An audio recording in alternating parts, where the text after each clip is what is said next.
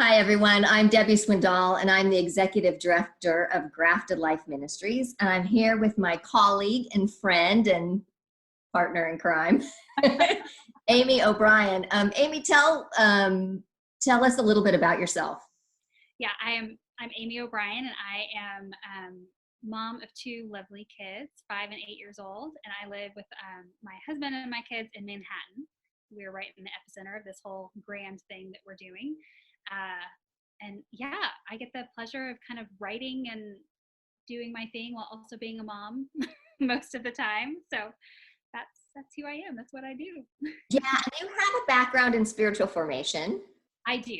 I have my master's degree in spiritual formation. I've spent a lot of my job and my time in ministry working with families and with kids. And so I spent a lot of time thinking through, how do kids grow in faith? How does that process work for adults? Yes, but also how does that process work for a child that may or may not have the language ability to speak to what God is doing? And what does that reveal to us about how God works, but also maybe how he works in all of us? So I'm a firm believer that kids can teach us a lot about how God communicates with us and how we can grow in faith and grow to kind of know him better. So it really dovetails well into being a mom. So Yeah, and in fact, that's kind of how we met. Is Grafted Life was looking into doing some stuff with families and children, and we met over a year ago now, and probably maybe it's getting close to 2 years. I think it is. Yeah, and I was doing a lot of research on children's formation, which wasn't really a part of my degree in just spiritual formation, but has really been a great experience for me. And so we've been working together since like last October in thinking through some products for families. And one product in particular, which would be kind of an activities book, we're calling it a playbook for families to do stuff at home that really helps them to be together and to have a shared spiritual experience. And so we were working on all of that already, and then all of this came up with this pandemic. And you actually sent me an email and said, what if we put some stuff out there for people? We had done an Advent project in December for families on how to just be together during Advent. Right. And you said, I remember in your email, it's like, yes, could we do something and release some of this stuff to people during this time when everyone's at home? Because I'd really kind of like it myself. Yeah, it was purely selfish.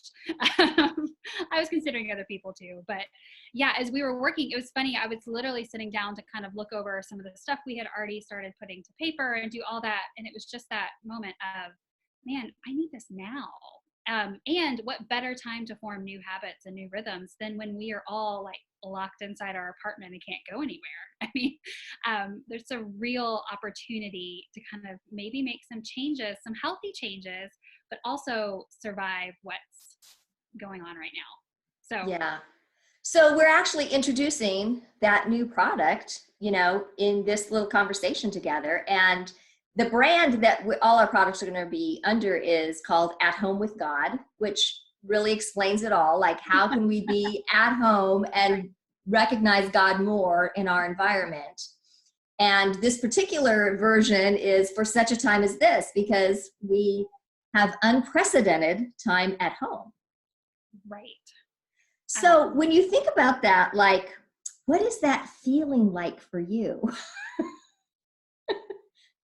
I mean, I'm in Texas, which, we have cases too, and every state has cases now. But, as of this recording, you're right in, like you say, the epicenter of everything that's happening. Right. And I think that's as each week goes on, it's been an interesting process for us as a family to kind of deal with this in layers. I think initially it was like, oh shoot, how do I do school at home? And that was my focus, and it was quickly trying to figure this out. And then week 2, it was, how do I do remote education, working with the teachers and the Department of Education standards and all that mess.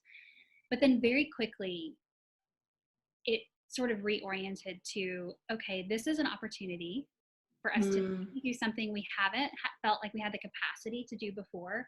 but also, I mean, the stress set in for our kids, the stress set in for us about halfway through week 2. The anxiety dreams started and the whole process started. And so I think for me, even in the midst, the irony is that I was currently working on this, resource that would help other families be at home with God. And I was sort of longing for direction. I was longing for more of that in our own home.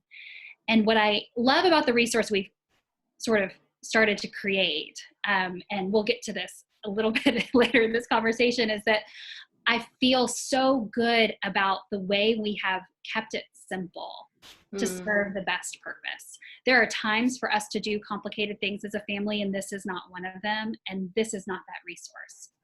And that's one of the things that honestly increasingly excites me the most about it, because again, I think people don't have the capacity for that. And yes, in New York City, we are right in the epicenter, and things are getting, well, they're verging on scary. And we had actually just an hour ago, police cars going through our neighborhood with a loudspeaker saying, everyone remember, keep a safe distance. And they went over and over again. And our kids didn't hear it because they were tucked back in their room.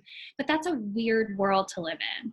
Yeah. And there's so many experts saying that what we're experiencing in New York it's just a matter of time before it goes other places, right? So we're not the only ones who are going to be experiencing this. We are not the only ones experiencing it now, but we're kind of showing what a piece maybe of what could happen in other communities. And so while our experience may be unique right now, I don't think it will be unique always. And so, which really speaks to, I think when you and I have talked about that why, I think I probably hit on a lot of that just through my own story, but we are living in a time where life is changing. It has already changed. We didn't have any heads up. So we are adjusting in real time to new realities with no time to plan except for in real time as we handle realities. Jobs have changed, schools have changed. My kids are actively grieving the loss of their friends, they're grieving the loss of their teachers. In New York City, it's not looking likely that they will go back to school at all this school year.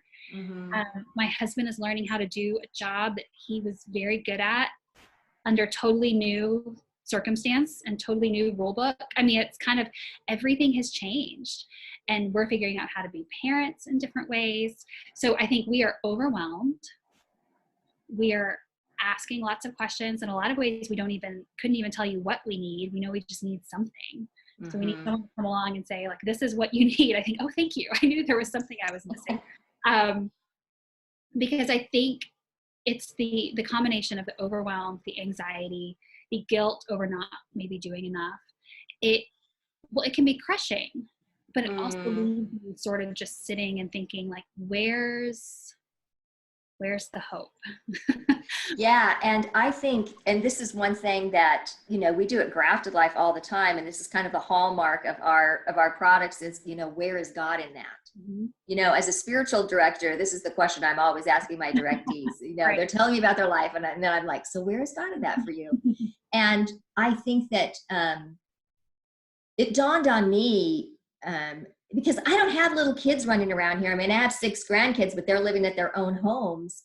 But even as an adult, I'm like, and an adult who was used to working from home, Right. I'm still processing the changes. I was sitting watching our church Facebook Live thing on Sunday. And I was sitting there and I thought, I'm just really tired of being on the computer. Yes. Like even for church, like I need the connection, but it's like, I'm exhausted. Yeah. And so this is just a part of us adjusting to a new way of life, no matter what our circumstances are. But I love being connected with you and just touching and hearing and being able to be empathetic with, how everybody's experiencing something different, but there's commonalities in that too. Right. And we all are asking, where is God in that? Is there more than just surviving it? Yes. And I think that's my natural inclination is hunker down. I'll just survive. And I think that there's a deeper spiritual invitation in what would it look like to actually thrive? And this is what scripture actually alludes to. I mean, if you look at Romans 5 and you look at James 1, both Paul and James are saying, look, when trials come into your life, there is an invitation. Yes. There's an invitation to spiritual growth. Mm-hmm. And so that's what we want to offer, I think, in this resource for people. That'll come just once a week and give them ideas for activities that they can engage in as a family to connect with one another and connect with God together in a deeper way. So one of the things we've talked about is, it's hard when you just get, okay, here's a bunch of activities, and now you have to remember them. Yes. I'm never really good at that. I'm like looking back going, oh, we tried that and that was good. But then, life crowds in and there's so much other things to think about. So one of the ideas we want to really invite people to do with this product is to get a box. Mm-hmm. And we're calling it a toolbox, but a place where they can keep the little activities that we're talking about. Some of them will have very obvious tools, but they can have this box, they can put it somewhere, and this is kind of going to hold the experience for them. It's going to be a physical reminder. It's going to be like a tangible place where the activities are accessible, so they won't have to just hold them in their mind.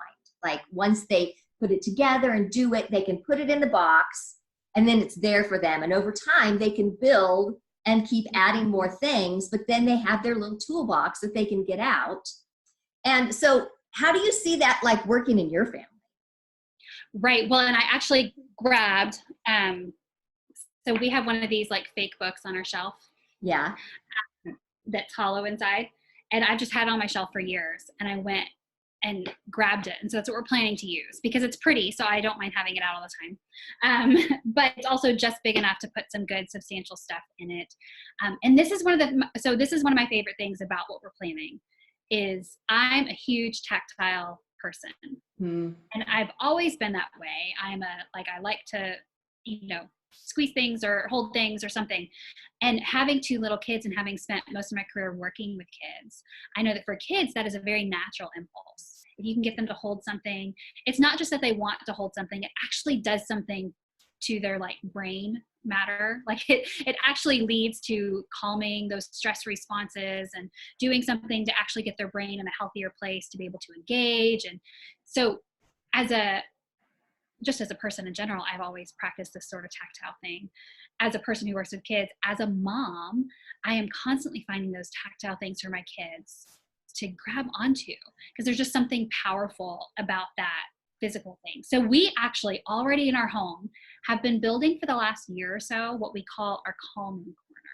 So we actually already have this really big basket because some of the things in the calming corner are like a special pillow that you can hug so hard and it won't break, or you can punch when you're angry, or that kind of stuff. So it's not small, and we intentionally keep it tucked away. But we have been building these sorts of resources specifically aimed at that sort of emotional regulation side.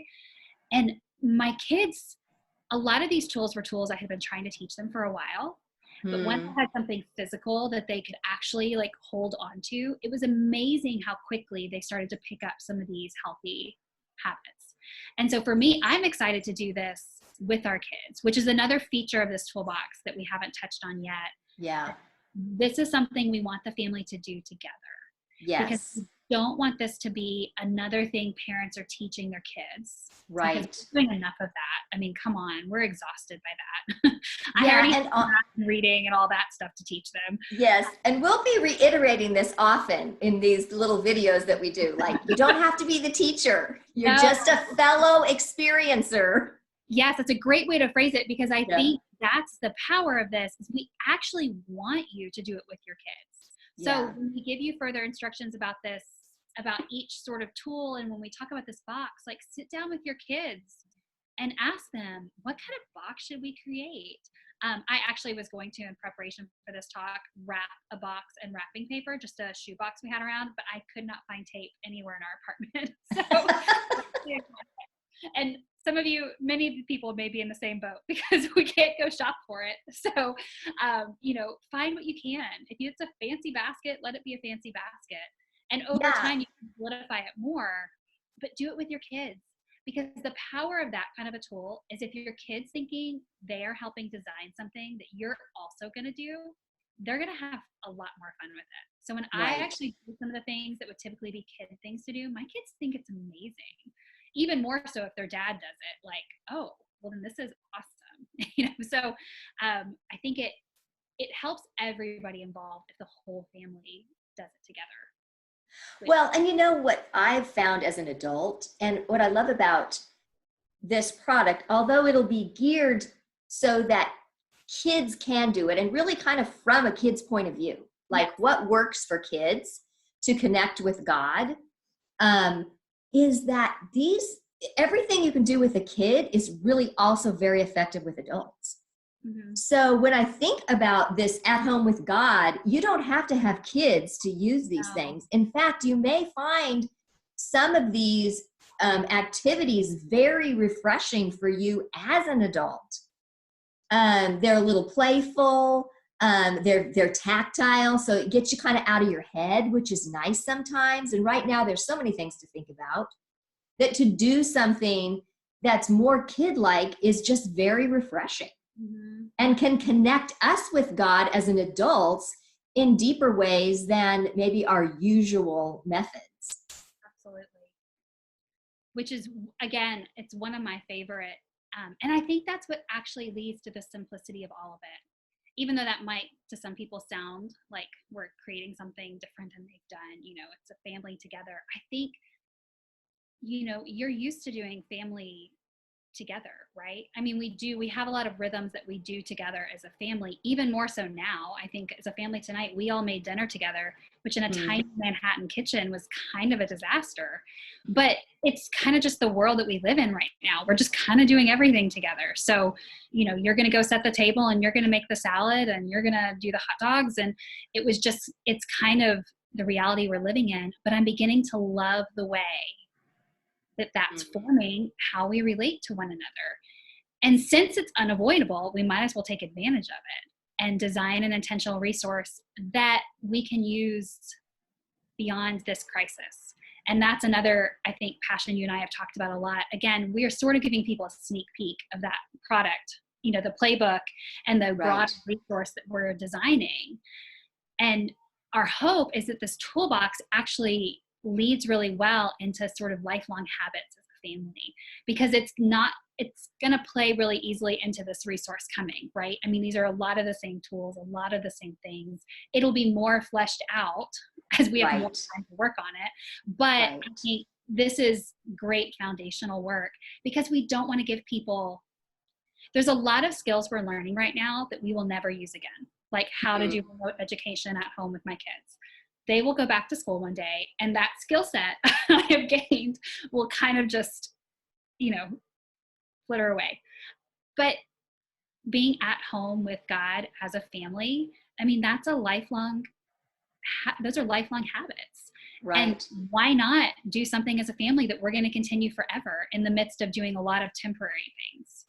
So yeah, which is really kind of one of the things that we're promising people about this. Like we've thought about, like, what are our values? What are the things we want to promise people that are going to be a part of this? And that's really one, that this is an evergreen product. It's applicable on and on in your family, and you could just grow deeper and go deeper into all of these things in your family. So it's not going to expire when we all leave our homes again.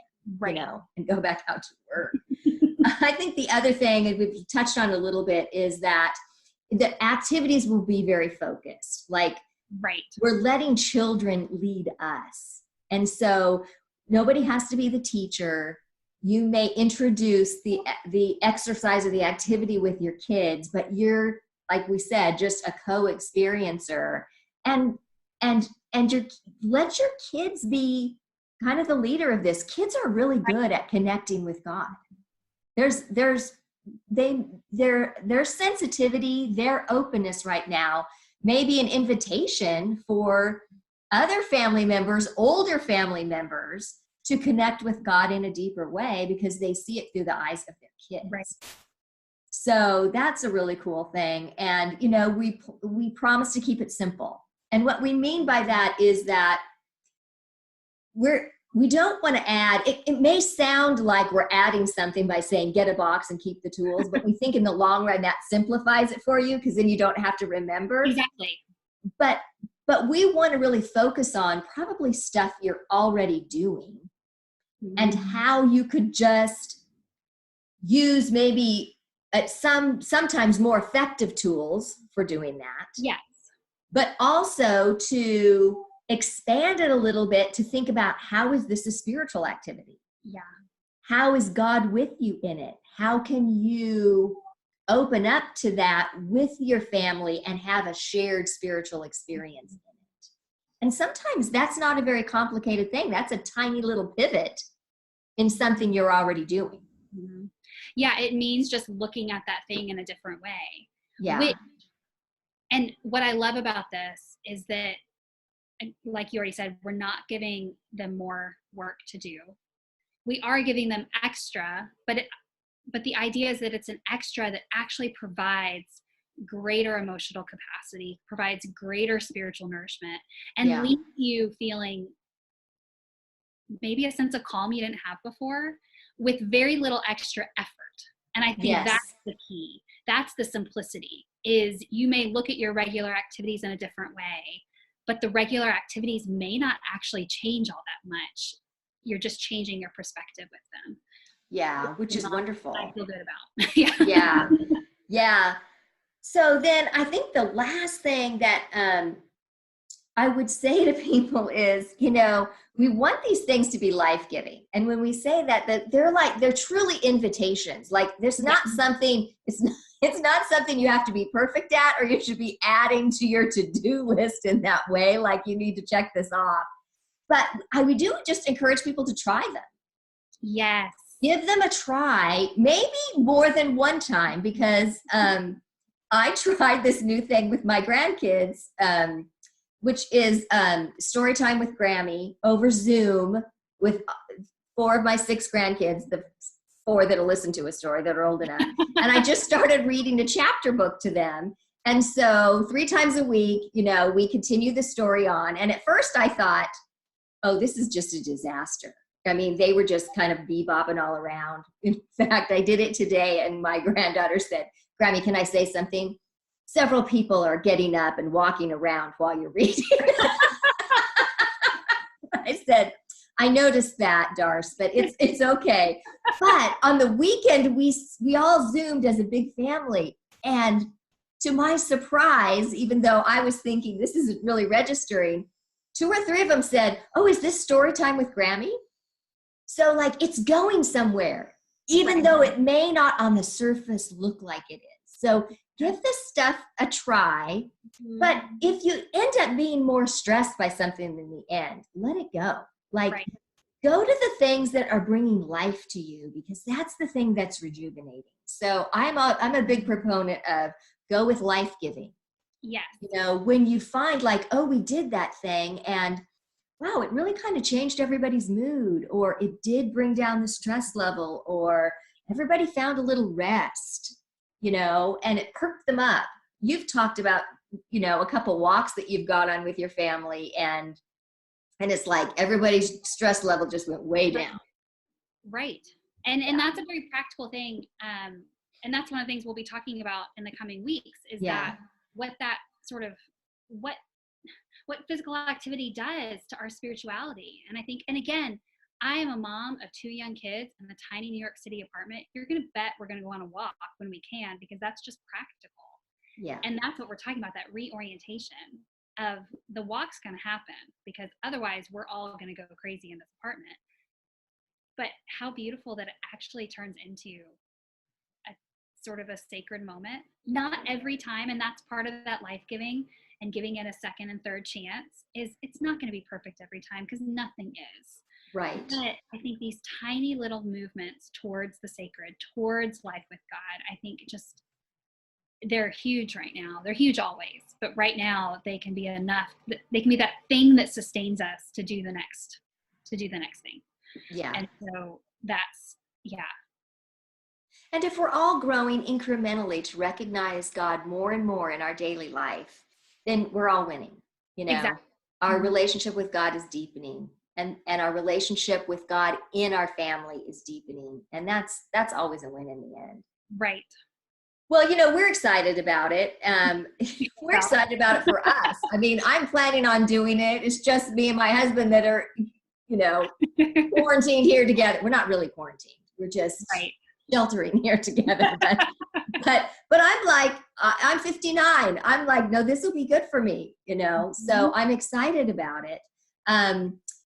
We're starting it on the 1st. So on Wednesday, the first email will go out. The sneak peek. We're going to talk about emotions and processing emotions.